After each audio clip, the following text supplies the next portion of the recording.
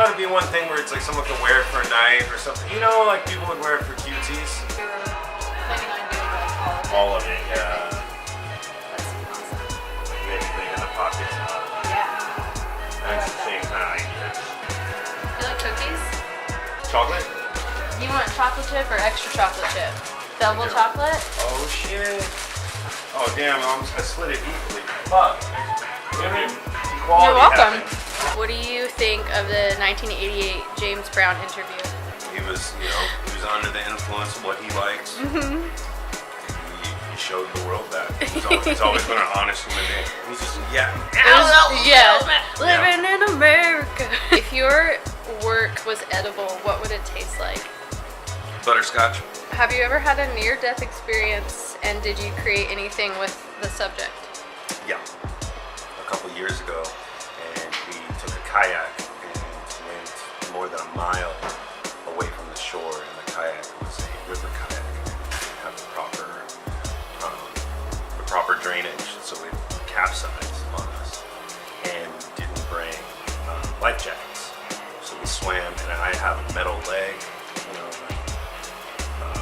I'm not a strong swimmer, and so I had to float on my back for 4 hours or so in the ocean, and then we finally got to the rocks, and there was a lot of crashing. Jumped over the rocks and scraped ourselves on the rocks on the side because it was how the mountain jutted out in the ocean. It was the closest point we can get to, and then we got to that point, climbed a little mountain with cactuses. I was peeing and pooping all over myself, dehydrated, out of it. I was saying goodbye. I thought I was gonna die. I just thought I was dead. And then after that, we come back and everything just seems very surreal with the election and everything. And everything's kind of like a dream haze ever since that moment. And I've been trying with everything. I just want to do what I feel like I want to do because I thought I was gonna leave this world. So it's like, well, shit. Before I go, I'm gonna do. I think that the best definition of hell is those 5 minutes before you die and thinking about all the things you didn't do that you really wanted to do, and then realizing you're never probably gonna do them because you're about to die.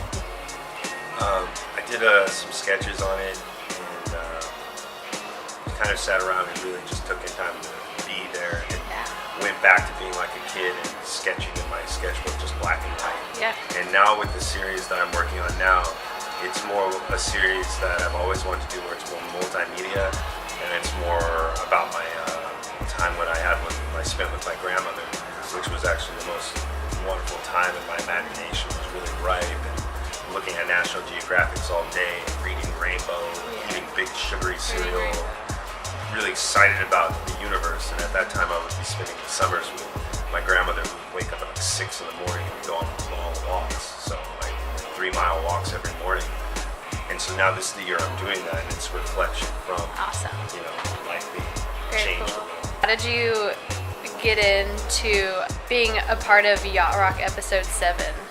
Yeah, the Yacht Rock episode 7. That's actually really interesting because my good friend Mike Chillian, who works on Uncle Grandpa, but the funny thing is Mr. Meeseeks, the character Mr. Meeseeks from Rick and Morty, is actually named after Chillian's cat. And why that's a weird cutaway is Mike ended up moving to LA, started to work with Channel 101. And Channel 101 was the area where people would make their own fake faux TV sitcoms that were jokes on the internet in the beginnings of the internet. Mm-hmm. Well, this spawned the Lonely Island Boys with Andy Samberg and all of those guys who ended up going off to Saturday Night Live. Rob Scrab, Justin Roiland, who made Rick and Morty, to Dan Harmon, to Mike, and then the guy who started Yacht Rock, who ended up doing Drunken History. All of those people started on Channel 101 and then moved off to do really awesome stuff. Yeah. They're still doing really cool stuff today. And I was just lucky to know my homie, because we're guys who just drew and played music in high school, so nerds stick together. And you just watch how things grow if you just keep going, And that's the cool thing about doing art nowadays, and how things are on the internet, is everybody gets a chance to just express and show what they have. And it is kind of right what Andy Warhol said. It's everyone gets their 15 minutes of fame in a way. Yeah. It's not like back in the day where you had 20 movies with Robin Williams in it. And so you were always like, that must be the funniest person on earth. Yeah. This must be, R.I.P. But must be what Yes, life is. R.I.P. And now you have the internet where there's just so many little things. So you get a chance to be on Channel 101, you don't think it's anything. And then years later it's like, oh man, that yacht rock is crazy. And they still have they have bars that have yacht rock nights here every week. Will you please describe your first commissioned mural? First commission mural was when I was like 18. It was 18 or 20. Between 18 and 20. And it was me and my good friend Josh Wigger, who lives in Fresno. He's a really awesome artist. Now he's building frames. He's just an amazing all-around artist. And we started doing like live painting and having shows together. And we were really young and hungry. So we got paint donated and we had to scrape the wall. We had to prime the wall twice with this rickety scaffold. And it took about 4.5 months. And we just went all out on it. And we were there all night. We'd stay from like 8 o'clock at night till 6 or 7 in the morning. Watch the sun come up. And we work on this painting. It was one of the best times. And it was like, while you're out there, you're like, oh wow, this is what I'm gonna do for my whole life. I'm gonna keep doing this. And you get to become a lot of friends with the night people.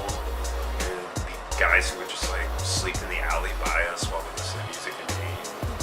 It's pretty magical. It's pretty dirty and weird and cold. It's pretty awesome. And the mural's still there today. I don't think it got tagged for about 15 years or so. So yeah, when I was about 18, I wanted to have an art show. And people were like, oh, this is what you need to do to have an art show. You gotta do this and this. And I was like, wow, that's a lot of stuff. So I just went straight to the owner of the local hip cafe right next to the college. And I talked to him, and I had friends that were in bands, and we set up a big show. One of my buddies who I smoked bowls with all the time worked at Keiko's. So I was able to just get flyers made. Cool. And then we started holding our own shows, and it was nice, but now that I look back on it, it's like, it is that thing where you're excited when you're young and you just want to have an art show. Yeah. And you look back and you're like, man, I should have learned how to paint first. Jeez. But then it was in the 90s. Yeah. So it was kind of Sam Flores days where everyone just had big hands and they all looked at the ground. And Yeah. kind of